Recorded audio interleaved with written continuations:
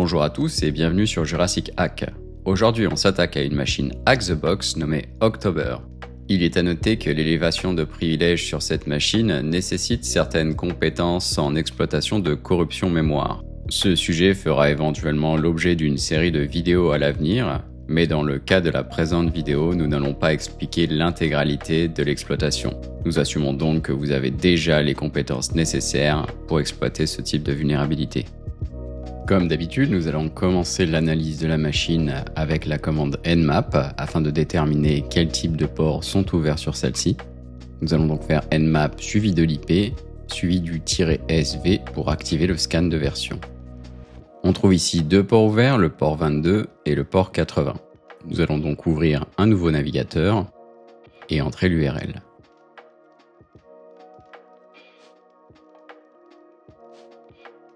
Une fois la page chargée, on peut constater que le site semble utiliser October CMS.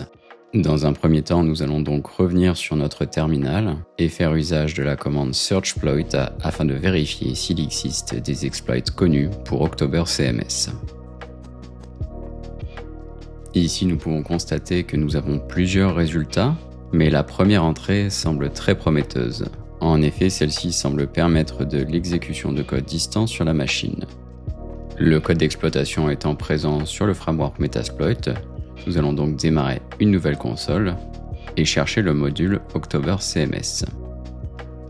Ici, le module numéro 7 semble correspondre à celui que nous avons trouvé précédemment. Nous allons donc sélectionner celui-ci à l'aide de la commande use-set. Une fois le module chargé, nous allons valider les paramètres qu'il est nécessaire de configurer. Ici notre localhost avec la commande setlhost-tune0 et le remote host avec la commande setrhosts 10.10.10.16. Nous pouvons par la suite démarrer le module à l'aide de la commande exploit. Après avoir obtenu un shell sur la machine, nous allons faire un sysinfo pour valider les détails de celle-ci, puis un getUID afin d'évaluer nos privilèges. Dans le cas présent, le meterpreter est exécuté par 3w-data. Cependant, nous devrions être en mesure de lire le flag user.txt localisé dans /home/ari/user.txt. Maintenant, nous allons tenter d'élever nos privilèges sur la machine. Pour ce faire, nous allons faire usage de linpiz. Il s'agit d'un outil automatisé qui permet d'évaluer la machine et de découvrir d'éventuelles faiblesses qui permettraient l'escalade de privilèges. Nous allons donc le téléverser sur la machine à l'aide de meterpreter via la commande upload. Suite à cela, nous allons démarrer un shell sur la machine à l'aide de la commande shell, puis nous allons aller dans le répertoire /temp et rendre linpiz exécutable à l'aide de la commande chmod +x suivi de linpiz.sh. Par la suite, nous allons démarrer linpiz et attendre les résultats.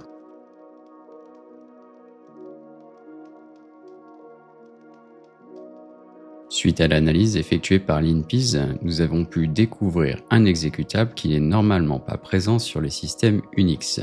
L'exécutable ayant les permissions suid, nous pourrions éventuellement en faire usage afin d'obtenir les privilèges root. Nous allons donc télécharger celui-ci sur notre machine et faire une rapide analyse.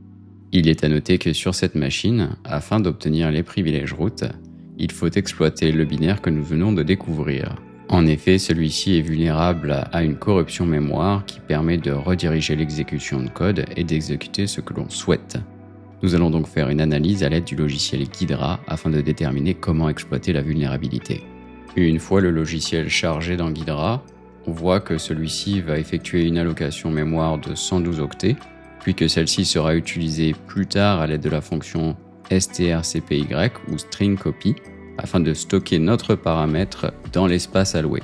Il est à noter que si notre paramètre excède la taille de la mémoire allouée, nous allons avoir un buffer overflow. Afin de tester notre hypothèse, nous allons charger l'exécutable avec gdb. Pour ce faire, il suffit d'entrer la commande gdb suivie du nom de l'exécutable. Notez que je préfère la syntaxe Intel à la syntaxe AT&T. Nous allons donc faire un set disassembly flavor et spécifier Intel. Par la suite, nous pouvons insérer la commande disas espace main afin de désassembler la fonction main. Ici, on peut clairement voir l'allocation mémoire de 112 octets effectuée sur la stack, suivie de son usage avec la fonction stringcopy. Afin de valider s'il est possible d'écraser le pointeur d'instruction, ou EIP, nous allons générer un payload qui va comprendre 112A suivi de 4B. Si tout se déroule correctement, ces 4B devraient se retrouver dans le registre EIP. Ici, c'est plutôt bon signe car le programme cherche à accéder à l'adresse mémoire disposant de 442 ou 4B en hexadécimal. Et si l'on exécute la commande info register, on peut constater que l'EIP a été écrasé avec la valeur que nous avons spécifiée. Cependant, avant d'écrire notre preuve de concept, nous allons valider les protections mémoire qui pourraient être présentes sur le binaire. Ici, nous allons utiliser la commande checksec, suivie du nom du fichier. Dans le cas présent, on peut constater que le NX-bit est activé sur celui-ci. Le NX-bit rendant non exécutable certaines zones mémoire incluant la stack, nous n'allons pas pouvoir charger de code dans celle-ci. Il va donc falloir faire usage d'une autre technique. Dans le cas présent, nous allons probablement utiliser le read to libc ou retour à la libc. En effet, au lieu d'écrire un shellcode sur la stack, nous allons simplement écrire une adresse mémoire dans celle-ci. L'idée va être de pointer vers une fonction présente dans la libc, notamment system, afin d'exécuter un shell contournant ainsi le NX-bit. Afin de créer notre code d'exploitation, nous allons avoir besoin de 3 informations. La première, c'est l'adresse de la libc. La seconde sera l'offset de la fonction system à l'intérieur de la libc. Et enfin, une référence à la chaîne de caractères /bin/sh à l'intérieur de la libc. En premier lieu, nous allons faire usage de la commande ldd afin d'obtenir l'adresse de la libc. Ici, il suffit simplement de spécifier le chemin vers notre exécutable.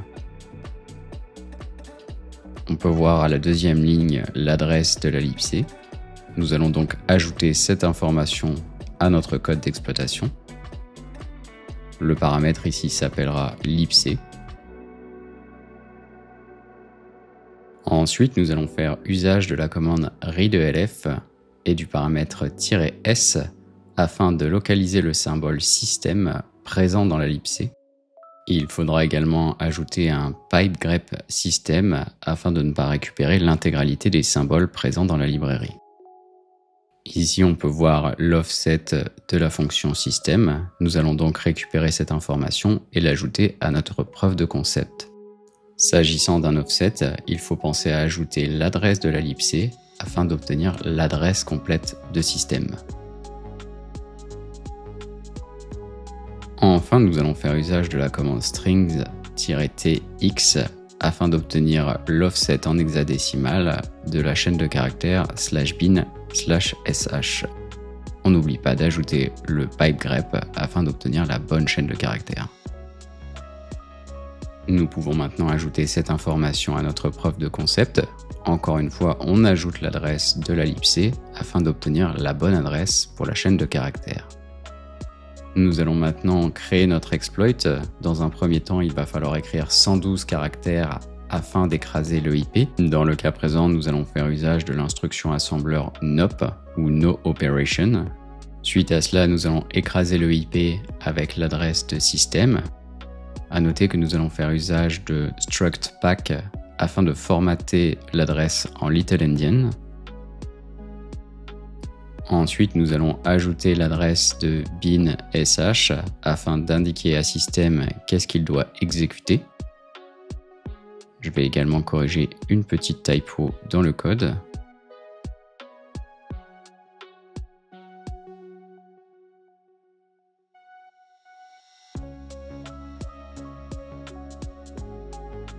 Enfin, système a besoin d'un pointeur de retour vers une fonction par exemple.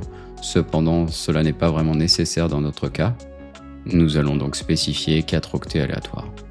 Enfin, nous allons faire appel à la fonction subprocess.call qui va nous permettre d'exécuter le binaire vulnérable et d'y injecter notre payload en paramètres. Ici, il suffit simplement de spécifier le chemin vers l'exécutable et d'ajouter payload.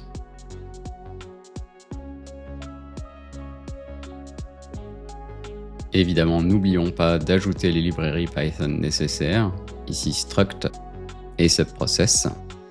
Suite à cela, nous allons pouvoir sauvegarder notre preuve de concept et la téléverser vers la machine de la victime. Pour ce faire, nous allons faire usage du module HTTP Server de Python.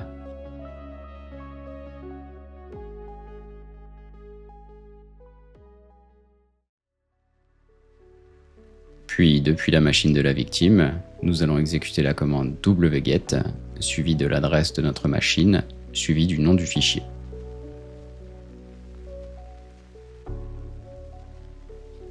Cependant, si l'on tente d'exécuter notre code d'exploitation à l'aide de la commande Python, nous n'allons avoir aucun résultat.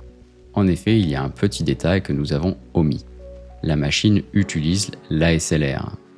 Ce mécanisme de protection mémoire permet de charger des librairies à des adresses aléatoires. Lorsque l'on utilise un code d'exploitation qui dispose d'adresses statiques, automatiquement il est voué à l'échec. Cependant, s'agissant d'un système 32 bits, nous allons éventuellement pouvoir brute forcer notre escalade de privilèges en répétant notre code d'exploitation à l'infini. Nous allons donc faire une légère modification sur notre code en ajoutant une boucle infinie. Il est à noter que lors de l'enregistrement de la vidéo, j'ai oublié d'ajouter mon compteur. Ici, la valeur i est inutile et nous n'avons pas besoin d'ajouter en effet le i plus égale 1. Le while true suivi de l'appel à call est suffisant. Une fois notre code d'exploitation modifié, nous allons le retélécharger et réexécuter celui-ci à l'aide de la commande Python.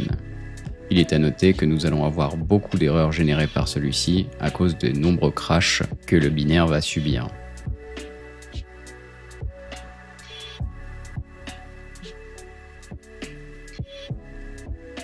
Après de nombreuses tentatives infructueuses, nous devrions obtenir un shell root.